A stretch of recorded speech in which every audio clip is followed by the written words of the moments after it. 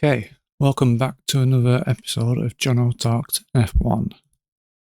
This is going to be another driver review again, since we're still in the 4-week break, which is a bit annoying because we're just had feels like 3 years off. But today we're going to be looking at Lewis Hamilton's toughest challenge. Is still yet to come in the driver review.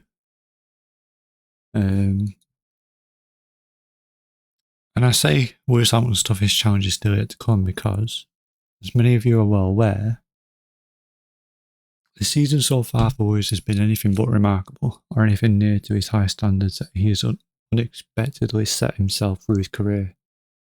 He had a fairy tale win at Silverstone, which was magical. It was truly an emotional day for everyone involved, whether you're a fan of his or not. But even though his season has been lacking, past seasons he has had a lot of it's been very below par for him. I still believe the toughest challenge is yet to come for him. Since 2021, Lewis has been plagued with issues, whether it's the terrible car that Mercedes made or his own performance. He has spoken of late of how mentally it's been very tough for him. His qualifying results have been terrible at times with nothing more to blame than his own performances. His race finishes have been miles below what you expect of a 7-time world champion. And regardless of the car, he's been blaming himself for these results. It all started with the zero side pod concept in the 2022 season. Mercedes waited until the first practice of the opening Grand Prix to uncover their radical new concept. The aim in creating less drag while utilising the added downforce from the new ground effect floors not quite working how they imagined. In fact, working nowhere near to how they thought it would, struggling to get to the speeds of any of its competitors, making it at best the 7th fastest car on the grid out of 10. For the first time ever in his career, he finished the season without a win, which is an achievement in itself. He's been in the sport since 2007, and it took him to 2022 to finish a season without winning. That's not a bad stat. If we move on to 2023 though, Mercedes are now on the back foot.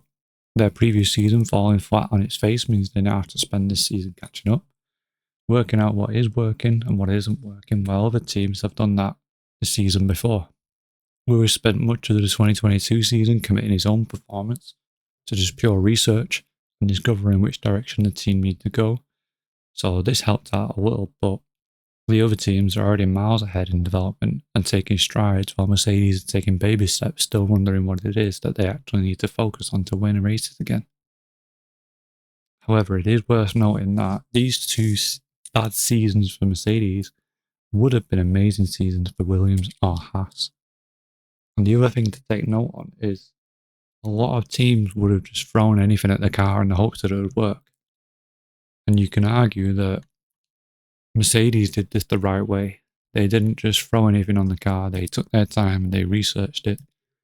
And if something worked, they put it on the car, and if it didn't, they researched why it didn't work. And you can argue that's why their strong performances are coming through now. It swings and roundabouts. But while sponsors expect a championship winning team to be on top season after season, it really piles the pressure on when the team is not performing. Never mind when it's not performed for 2 seasons on the go. Then we need to take into consideration Lewis himself. He's not the young chicken he once was. He doesn't have age on his side anymore. Like I say, he's been in the sport since 2007, and although it was one of his best rookie seasons of all time, he joined at the age of 23, possibly 24, I can't quite remember. But he doesn't have age on his side anymore, and that's added trouble for Mercedes. It piles more pressure on, it adds more doubt in his mind, and it just adds so much more pressure mentally and a lot more weight on his shoulders. So this, added with the trouble in Mercedes team that is struggling to even get into Q3 in qualifying and even finish on the podium, adds to the heavy mind of what does he do moving forward. Remember, 2021's ending was unjust, and being a competitor, the ultimate objective that he now wants, to achieve after breaking literally every other record in the sport is to get that 8th title. He has the most race wins. He's done it. Most podium finishes. He's done it. Most points in F1. He's done it. Most pole positions. He's done it. Total laps led. Total races leading each lap. Total poles and wins at the same race. Highest average points. Most consecutive race finishes, and the list goes on. Apart from World Championship wins. Which brings us to Ferrari. The big one. The one that Michael Schumacher arguably made famous. The one that every driver aspires to race for. The team with the most passionate staff. The team with the most passionate fans. The Tifosi. The team that dreams are made of, quite literally. The beginning of the 2024 season saw us face the massive news that Lewis Hamilton is leaving Mercedes to join Ferrari in 2025. And if you're not familiar with the sport, you can argue that's massive because Lewis has always said that he'll stay with Mercedes as it's his family. You can argue the predecessor of Mercedes was McLaren because it was called Mercedes McLaren at one point, or McLaren Mercedes, whichever way you want to put it forward. And way up to the 2024 season, he said he'll never leave Mercedes. He said he'll always stick with them and work with them through it and get that 8th title. So to then be slammed with the news that he's leaving for Ferrari at the beginning of the season was a very big surprise to everybody. And Ferrari is one of the most historic teams ever in the sport, with the most heritage. And since then, we have learned that this was a decision talked about between Lewis and Toto. It's not going to be a horrible split. It was planned. They talked about it like adults, like grown-ups, like men. And they set everything in motion sensibly. It was purely driven by the want to win more championships. It's not going to be a horrible split. But the key thing is, it's not to win the 8th. It's to win more championships. Which is why he's also signed a multi-year deal in the Prancing Horse team. Something which is becoming very rare in the sport at the moment, a multi-year deal. F1 is in a very weird state at the moment, in which we're seeing old drivers making way for younger talent. And in the way they are being signed on 1-year deals, and then as soon as they don't get the unrealistic achievements that the team sets out for them, they're being dropped, and the younger talent is taking their seat. It's not great for the fans in any means, but only good for the teams. Securing younger drivers, securing a better future, and securing promising talent. Contracts with teams seem to mean less and less these days. For me, I feel like the FIA need to bring out a more of a heavy buyout clause in the contract if teams are going to continue doing this.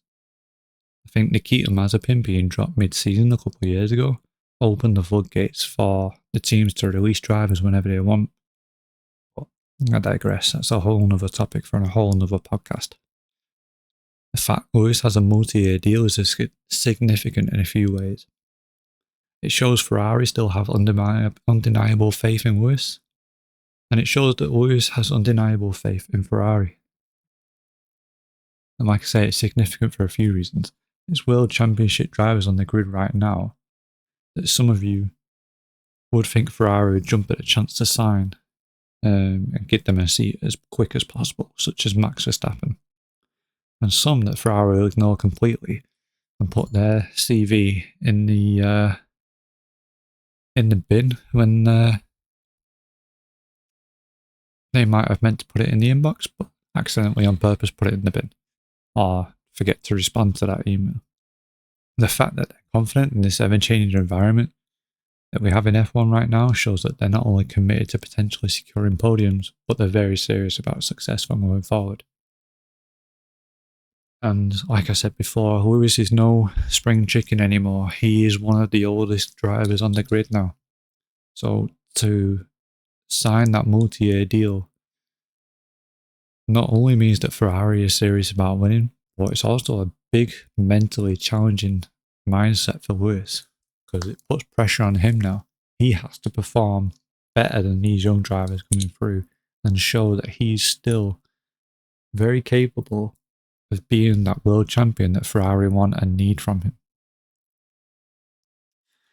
It's honestly exciting though. The potential that this could have is crazy. I remember watching F1 when I was growing up in the 90s.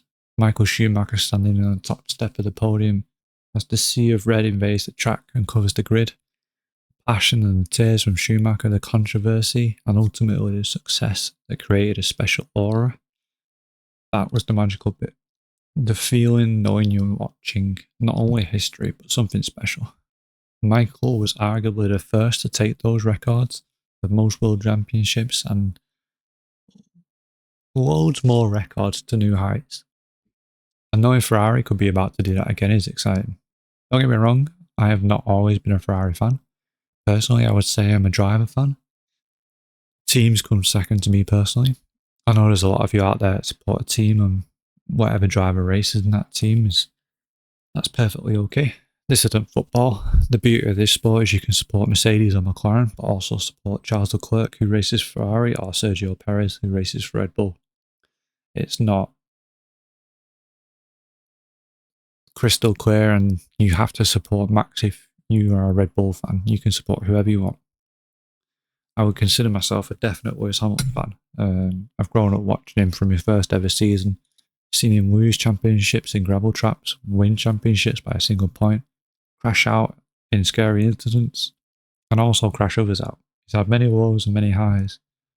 What he has always done, though, is he has always done his talking on track, which is something I respect quite a bit. Whether it was issues with the FIA or issues with other drivers, he's always done his talking on track and settles the score on 4 slicks. The challenge of moving to Ferrari, though, will be his toughest challenge yet. And that's the title of this podcast, because Ferrari is not just a team, it is literally a family. The passion is echoed throughout its history and continues to flow through the team stronger than ever. You're not just switching teams if you move to Ferrari, you're committing to a lifestyle change. You have to learn Italian, and not just the basics of Italian. You have to fluently speak Italian. You need a home there, which of course many of you will think, well, yeah, you move to Aston Martin, you're going to buy a house in Oxfordshire. No, you need a home there, not just a temporary house. It has to be a home where you can constantly visit the factory. You need to share the same passion. You're expected to lose just as passionately as you win. I think Lewis can do all of this, but it's not going to be easy. Us Brits, we're reserved, we're calm.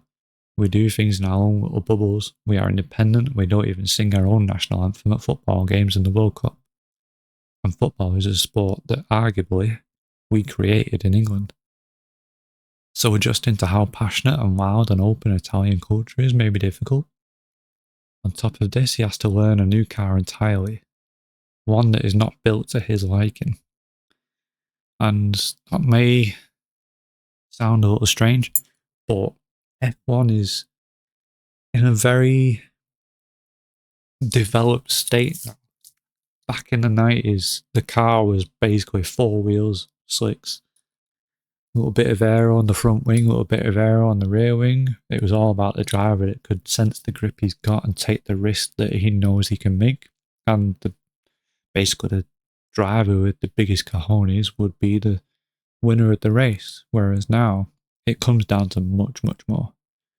You have to understand the car now. It's like a supercomputer within itself. You have to understand how the front wings is dragging air through into the floor. You have to understand where you've got grip, where you have to understand where the car is useless on track.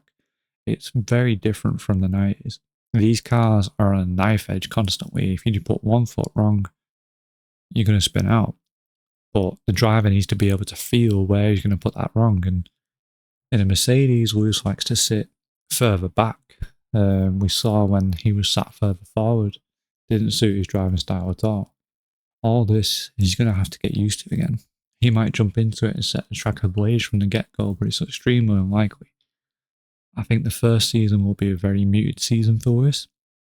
A lot of recon to the car and how it works and learning will take place, with podiums here and there possibly, because Ferrari have a decent car at the moment, much better than Mercedes. But like I say, the cars aren't like what it used to be. The technology has evolved so much now. It's not just 4 slicks on the ground and a steering wheel and some pedals. It's basically, as I said before, a supercomputer with a steering wheel. And then there's the aerodynamics to take into consideration too. The car management that needs to be done. That'll be completely different to how you would look after the Mercedes, as the aero is different, which means the side pods have a different efficiency in cooling the car. It's not just as easy as driving in cool, clean air. The tyre management, cooling the tyres is great, but then you also have to turn those tyres on at the right times to be able to set a hot lap. And the floor is different. The rear tyre is going to cool down or heat up faster in places he's not used to. Which brings us to downforce. The front wing, although legally they should be similar to other teams, they help in directing air through into the floor in certain ways that's specific to each team, and that floor then is designed differently from each team as well, so it's much more complicated from the cars we had in the 90s. The amount of downforce you're going to feel at certain points on the track is going to be way different to what he's used to. And like I said before, the steering wheel is basically a supercomputer.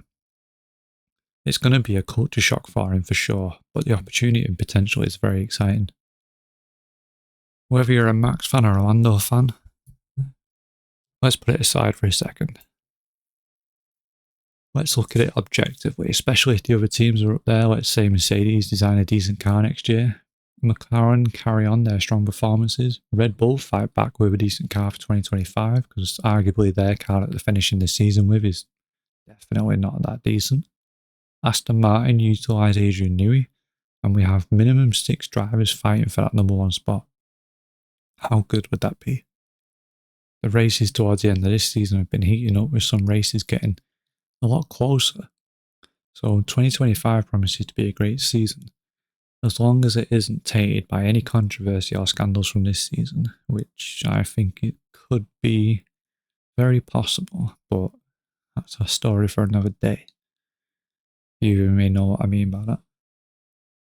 Getting back to being a Lewis fan though, like I say, I don't see it being a first season with Ferrari which anything much happens for him. We might see him outshadowed by Leclerc, to be honest. Leclerc spent a few seasons in this car. He knows how it works. He knows where the car's good. He knows where he can push it and where he can't. So Lewis will be kind of learning from him for a season, maybe. But I'm excited from a spectator point of view to watch what could be. The fans are always amazing to watch too. We've seen it this season when Ferrari have won. The crowd is something special, and Lewis has the chance to basically do what Michael did.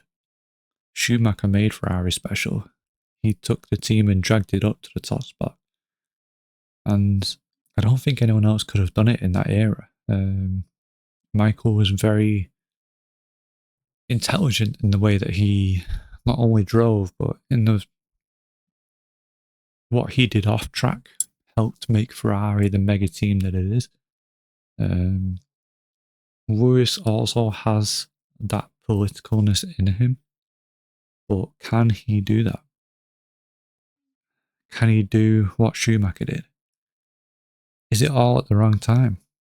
We see this season there are 4 top teams at the moment. Next year there could be 5. Is it a bad time to try and win with Ferrari when you've got so much young, thirsty talent coming through? And it's not just that, but the other teams have started to nail it as well. Whether some people argue that Red Bull are cheating or not, they have dominated with no one knocking at their door since 2021.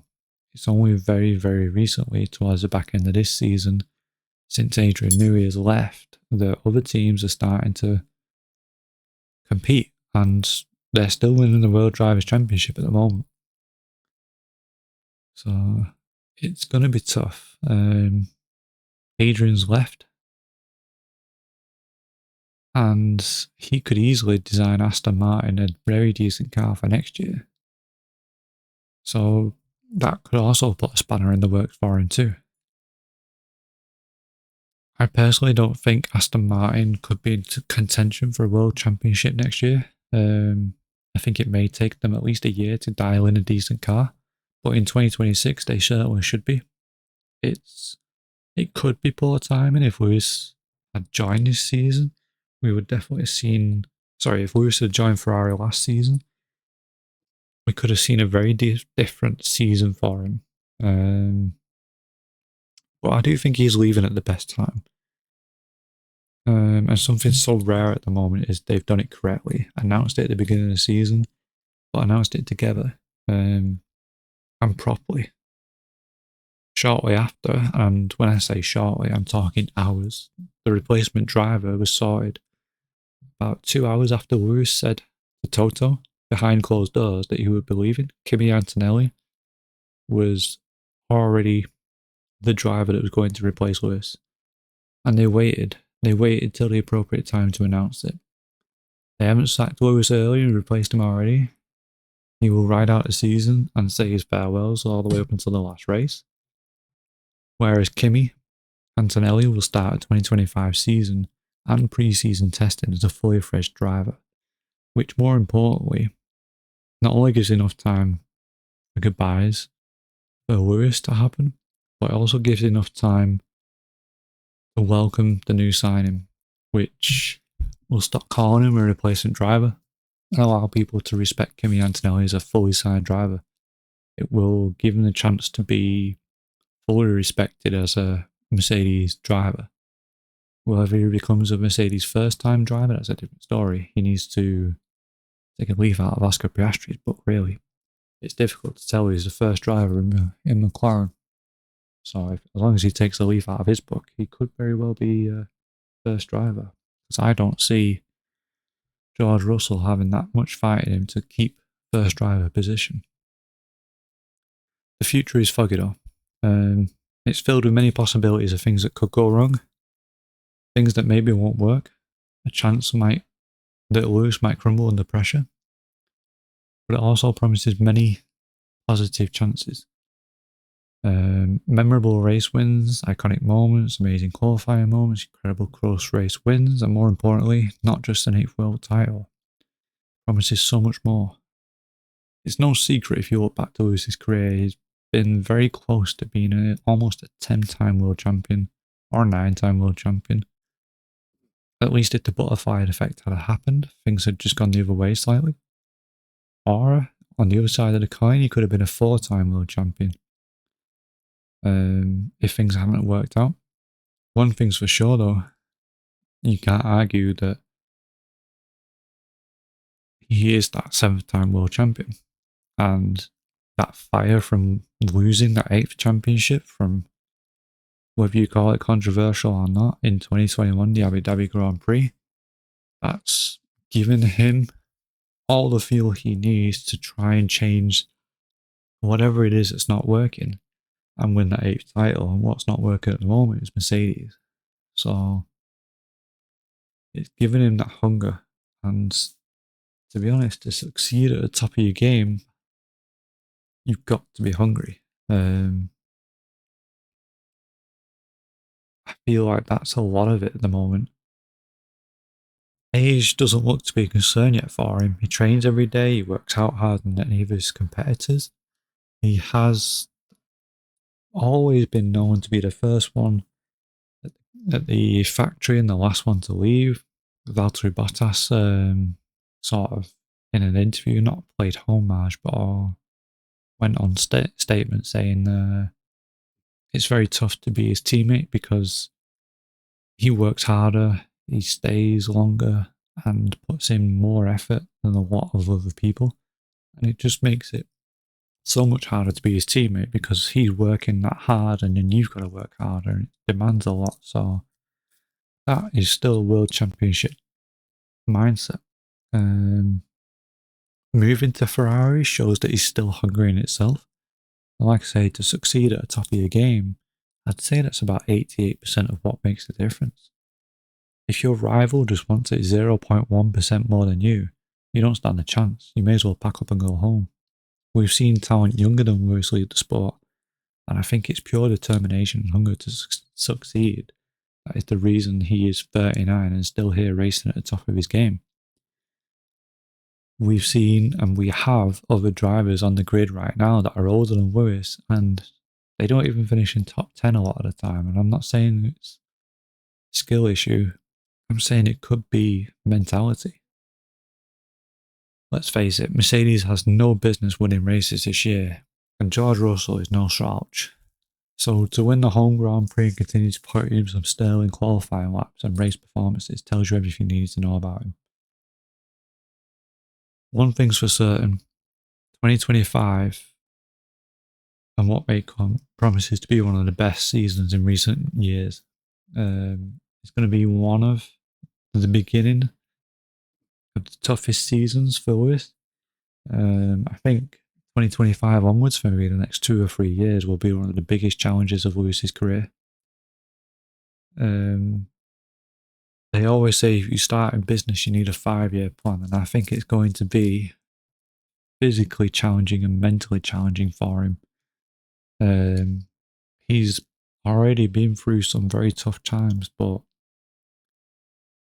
to be aging still and still demanding that mentality and the physical pressure and the physical abuse that it has racing in these cars, because it's those G-forces pushing against you lap after lap, turn after turn. We forget that he is 39, and we forget that these cars aren't like normal cars to drive. He's going to be 40 next year, and I'm 32, and I can't even go for a jog without feeling like I've hit a brick wall. So to do what he does lap after lap, it's going to get harder. But there's one thing's for sure. There's going to be some very low moments to come and some very high moments, I'm sure of that. He may not even be racing in 5 years, or he may be an 8+ world champion. As a fan, though, it's going to be exciting to watch from the sidelines and see where he develops and goes from. Part of me really wants him to do what Michael Schumacher has done and to bring some amazing times back to Ferrari, put Ferrari back on that top step. Let's see Red dominate in the circuits. Growing up in the 90s, watching Ferrari dominate and the special aura that it had was not only a special feeling, but it was amazing to watch. And if anyone can do it, he can definitely do it. So yeah, that's why I think Lewis's toughest challenge is still yet to come. And we kind of have to go back to 2021 to review him. It's supposed to be a driver review race, and it feels like a story of his past, but if you don't go back to 2021, then if it hadn't happened, would he have still had the fuel to carry on? Would he have finished at Mercedes? Would he have just rode out and just carried on researching what does work and doesn't work for the team? I was talking about the butterfly effect before. If he'd have won that 8th World Championship, would he have retired by now? Would he have stopped? Or would he stay at Mercedes even though they're not doing that great? Would he have made way for Kimi Antonelli? These are all ifs and buts, but it could be very realistic. Winning a championship could have changed everything. There's only 6 races left of the season now, and I can't wait for 2025 already. I know that's coming from a Lewis Hamilton fan, but what promises to be next year is very big, and it could be great for the sport in the terms of bringing more fans to it and ensuring that good racing stays in the sport and trying to keep the politics out of it as much as possible. Because if rumours are true, there could be a lot of politics coming into the sport and maybe possibly ruin it for the wrong reason. But yeah, I think that's going to wrap it up for the driver review of Lewis. There's one more week before the next Grand Prix. If I remember rightly, it's the US Grand Prix. So next week we will maybe do another driver review mixed in with a pre-race. So it might be a little longer than usual, but yeah. Until then, take care.